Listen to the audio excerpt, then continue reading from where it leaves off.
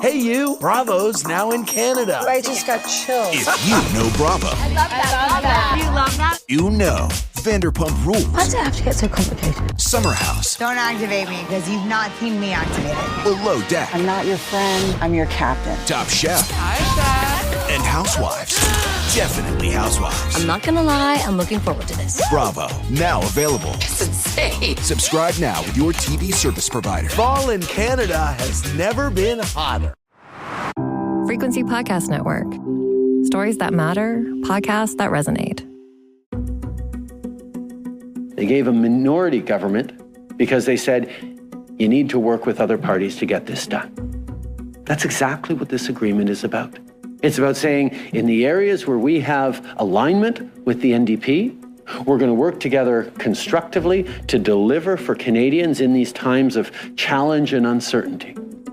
Well, it lasted almost 2.5 years. And in federal politics, especially these days, that's an awful long time. Today, I notified the Prime Minister that I've ripped up the Supply and Confidence Agreement. Canadians are fighting a battle for the future of the middle class. Justin Trudeau has proven again and again he will always cave to corporate greed. The end of the NDP and Liberal Supply and Confidence Agreement has turned the fall sitting of the House of Commons on its head. Suddenly, anything is possible. Or perhaps for the Liberals, everything is impossible.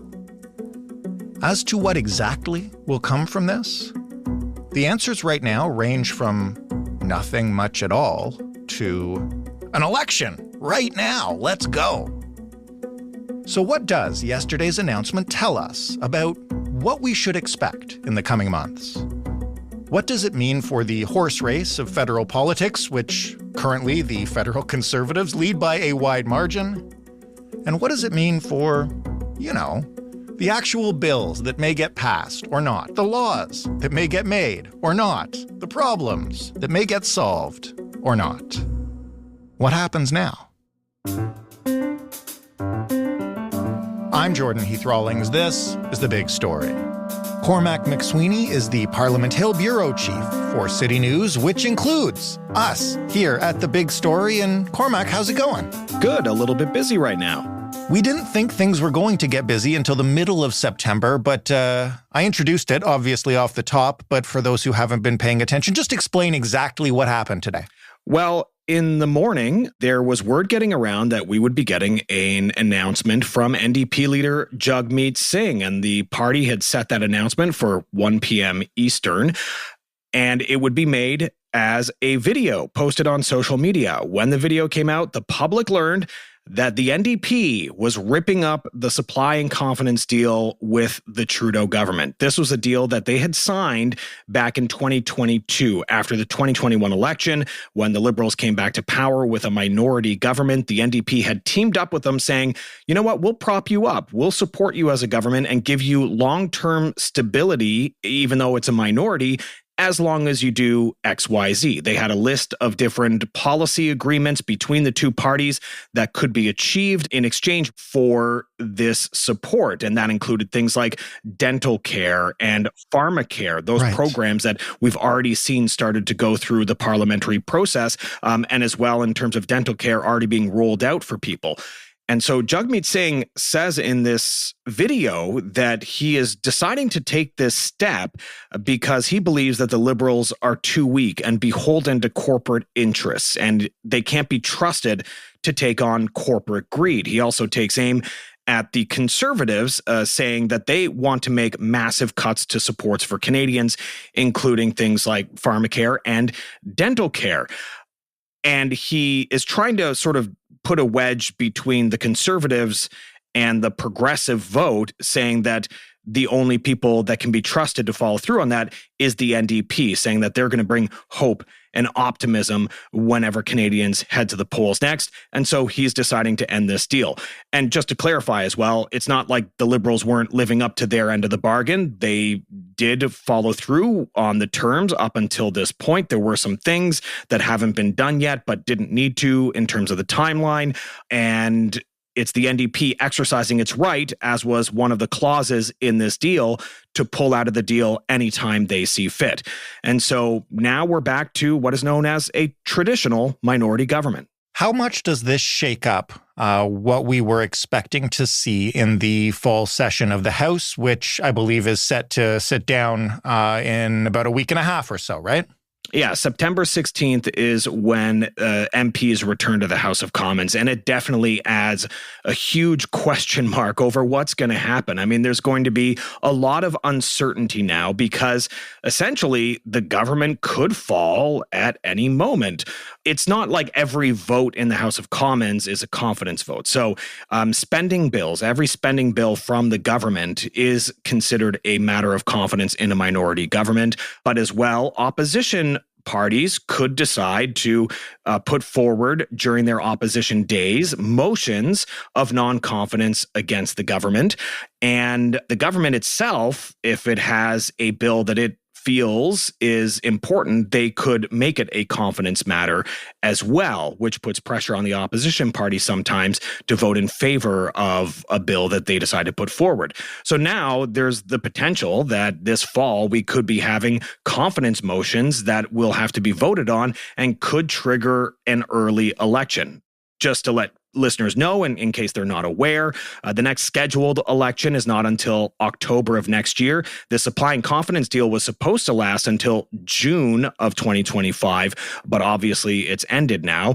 So it does add an uncertainty as to how things are going to work over the next coming months, especially during the fall, because that threat of an election will be hanging over almost everything the government does. And policies that they're going to be putting forward, now that they don't have that security of this NDP deal, they'll have that in the back of their mind as they proceed moving forward when it comes to legislation and politics. Even though the Prime Minister likes to say he doesn't want to focus on politics, the reality of the job is that politics will be involved in everything that there is because it is a political job. For the NDP, as you mentioned, the Liberals had been keeping up their end of the bargain. Why now? What's the reasoning there? Well, I think there are a few different things at play with this. For the NDP, they've been claiming victory for a lot of the policy achievements that they have. And I mentioned earlier the big items like dental care and Pharmacare. And they've been saying that this proves that they can get action, that they hold a lever of power to make things better for Canadians. And yet through this deal, they've often said, you know, we still have the ability to criticize the government. And they have criticized the government at times. However, the Conservatives have always said that they're in bed with the Liberals, that they incorrectly call it an NDP Liberal coalition. It's not technically a coalition, but nonetheless, that's what they've been branding the NDP and Liberals as. And despite what the NDP has said it's been able to achieve through the supply and confidence deal, the public opinion polls have not been giving them the credit that I think they may have hoped to achieve out of this. They have been slipping in the polls, just like the Liberals have been slipping in the polls, and the Conservatives have been rising. And for more than a year now, I think the Conservatives have had a double-digit lead in the polls. They're around 20 points or so, depending on which poll you're looking at, ahead of the Liberals. And the NDP have slipped. Some projections say that they could lose up to 8 seats if an election were held today. So that's concerning for the NDP. And so that could be one of the big factors here for the New Democrats. Of course, the party is saying that they're done with the Liberals because of all the reasons that Jagmeet Singh had mentioned, but there's definitely a political factor to all of this. There's also the issue around the by-elections coming up. The NDP is a contender in both of those. Now, the Winnipeg by-election that's going to be taking place is a seat that the NDP used to hold. And in the Montreal by-election, it was a seat that the Liberals had held and was last held by the former Justice Minister, David Lametti, who left after being removed from cabinet. And there is a chance that the New Democrats could pose an upset. The Liberals lost the Toronto St. Paul seat in June, and that was a big issue for the Liberals and raised a lot of questions about the Prime Minister's leadership. So the NDP is now trying to look strong and tough on the Liberals ahead of these by-elections. So the timing of when this announcement came could factor into that race as well. You know, another question around all of this is whether or not there would be questions about Jagmeet Singh's leadership. Right. We started the summer talking about the leadership of the Prime Minister. There were rumblings in the Liberal caucus about whether Justin Trudeau is the right person to lead the party into the next election, given how poor the polling numbers have been. And there were some questions being raised as well about what about the NDP? Should they be having a similar conversation? Now, some of that was just speculation. We didn't have the same sort of blowback or questions in caucus the way that the Liberals were dealing with it. But getting out of this deal and having some of the MPs like Matthew Green, a Hamilton MP, who had just the other day said that at their caucus retreat, which is coming up next week, that they were going to have some tough conversations about whether to remain in this supply and confidence deal or not. This might put to bed some possible caucus issues over whether or not to remain because the leader says we're out. And so if there were going to be some murmurs about the leadership of Jagmeet Singh, as some had been speculating about over the summer, that this might put it to rest because there might be an election at any moment and you don't change the leader right before the election in that regard. So, and one other thing is the timing of the next election. So as I mentioned earlier about the polls and the NDP not doing as well in the polls and needing to have a change, this will give them some space from the Liberals because their polling has not been great and they want to try and build that space so that they can be seen as an independent choice for voters and not as aligned with the Trudeau government as the Conservatives have been making them. And the time to do that is getting slimmer and slimmer. And so with the potential of being a year away from another election or even months away from another election, timing is key. And so this will give them more time to try and potentially build up a better strategy for the next election if they want to stand a chance.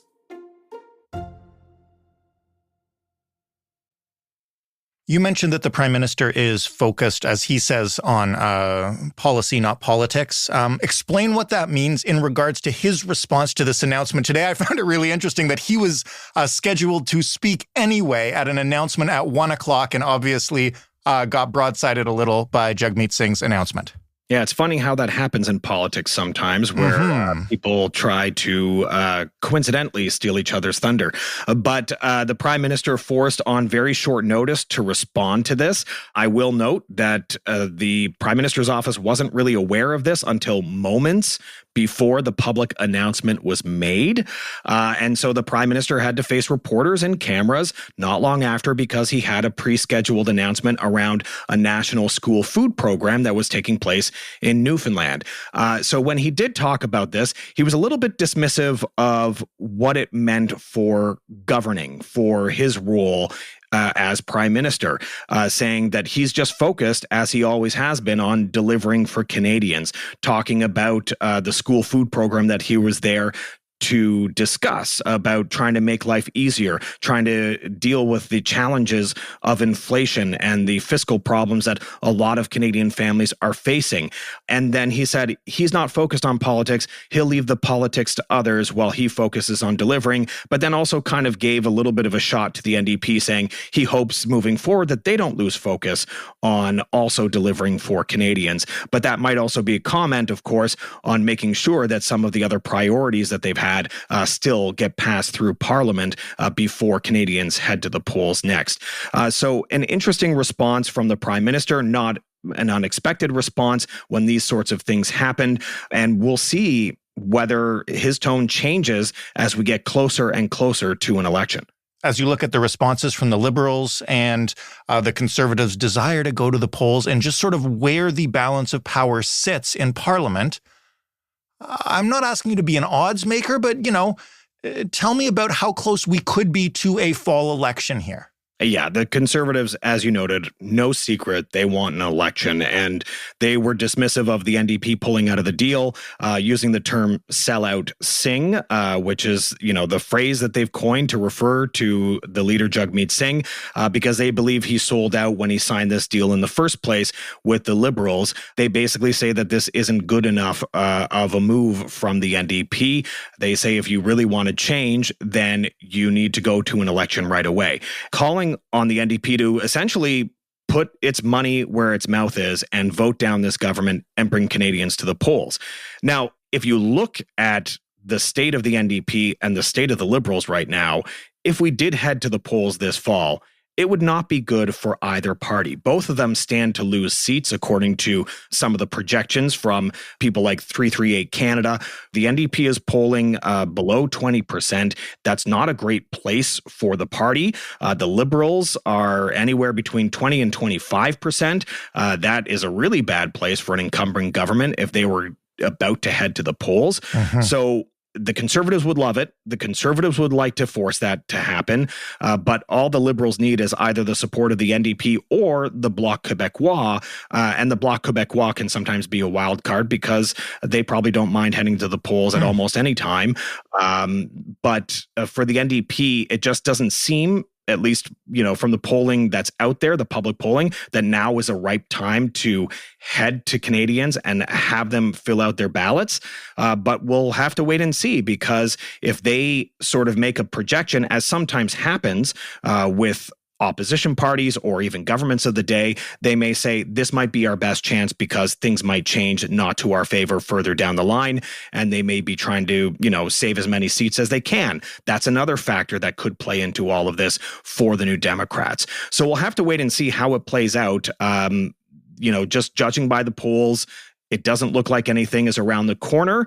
However, anything is possible in politics. Well, based on his current mantra of policy over politics, the Prime Minister would hate that it's taken this long for us to get to actual bills that could be on the floor this fall. But, how does the dissolution of this agreement change what policies we may or may not see advanced in the House when it comes back and sits down? Well, I think we're entering a point anyway where every policy put forward in the House of Commons is going to matter for the next election. So the last year before next election is always going to be an important period for an incumbent government. This might speed things up a little bit if the government feels like it might not be able to make it to the spring budget to have that fancy big budget where they're going to take to Canadians and say, this is why we need to be reelected as a party.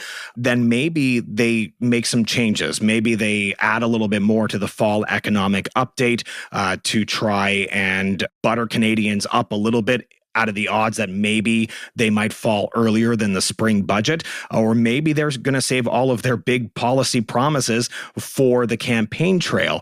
But I think it's going to be at the back of the minds of the Liberals as they move forward in the fall about what policies are going to be appetizing for the voter, what policies could they potentially make sure pass with the support of the opposition parties. They're going to be a little bit more cautious and careful with how they phrase these things. Nonetheless, they had to do that anyway in the negotiations with the NDP, but they could now have a little bit more freedom to make deals with other parties. Maybe they lean on a policy more towards the Bloc Québécois instead of the NDP in order to get their support instead of the New Democrats. But we'll see how that plays from the government point of view. I think for the NDP, it allows them to be a little bit more aggressive against the Liberals, and we'll see whether that helps them politically. For the Conservatives, I think they're going to be just following the same train that they always have.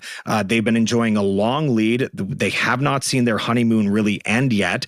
And they're going to be continuing their attacks on both the NDP and the Liberals to try and hammer them down as much as possible. So even if we head to a campaign and there's a chance that they could start to rise in that campaign, that they may be so far down that that hole is just, they can't dig themselves out of it. And so I think we're going to see that from the Conservatives. And and they've been effective so far at stealing some of the union support or union votes, blue-collar votes that could have otherwise gone to the NDP. We're starting to see a trend of some of those going to the Conservatives, and it's led to a lot of questions about certain seats being safe or unsafe for the NDP. So they'll have to also do battle not just with the Liberals, but with the Conservatives. And I think we're seeing that as well with the video that Jagmeet Singh released, where he decided to split his focus, not just on what he feels is the weakness of the Liberals, but also on what's at stake at the next election, and what he says might be the cuts from the Conservatives when it comes to things like healthcare and other supports for Canadians. There have been calls, and even as you mentioned just a moment ago, for the Prime Minister to step down for a leadership race, for fresh blood at the top of the Liberal Party. And, probably I would say a lot of people who were already hoping for that may have seen what has happened to the Democratic Party in the States with Joe Biden stepping down in favor of Kamala Harris and the momentum that that's given her. I'm not saying that could be repeated here, but, how have those calls grown over the course of the summer? And what does this announcement mean for Trudeau's future as leader? I think there will still be talk about it, and there will be a lot of talk in the lead up to the next election about whether or not they could pull off such a thing. But the Prime Minister has been clear that he does not intend to resign. He does not intend to go anywhere. And, I think some of what's happened over the summer, where he's gone out, he's met with regional caucus members, he didn't follow through with a cabinet shuffle, as some had been calling for, and is standing by his position, has kind of tampered down some of the talk about whether he would go or not. And there is a potential that this move by the NDP could further secure Justin Trudeau's position as leader, in the sense that the Liberals may decide that if they could be heading to an election at any moment, maybe now is not the time to pull out. But then again, at the same time, we saw in the U.S. that they're in an election campaign months away from it, and it's been successful for the Democrats in terms of turning things around with the Joe Biden and Kamala Harris switcheroo. Now, even after that, the Prime Minister has been clear he doesn't intend to go anywhere, but we'll see how this sort of plays out. I think what will be key is what we hear next week out of the Liberal caucus meeting, where a lot of the rumblings and a lot of the push at the start of the summer to potentially change things started. We'll see whether they're satisfied now moving forward, and whether everybody ends up falling in line behind the Prime Minister with the potential threat of an election this fall hovering above their heads, or whether that's going to increase things. So we'll see how it plays out. It might just put to rest all those questions. It could add fuel to the fire. We'll see what we hear from MPs. Cormac, thank you as always for walking us through an exciting day on the Hill. I guess it's going to be a whole different fall than we were preparing for. Yeah, some days you never know what you're going to get.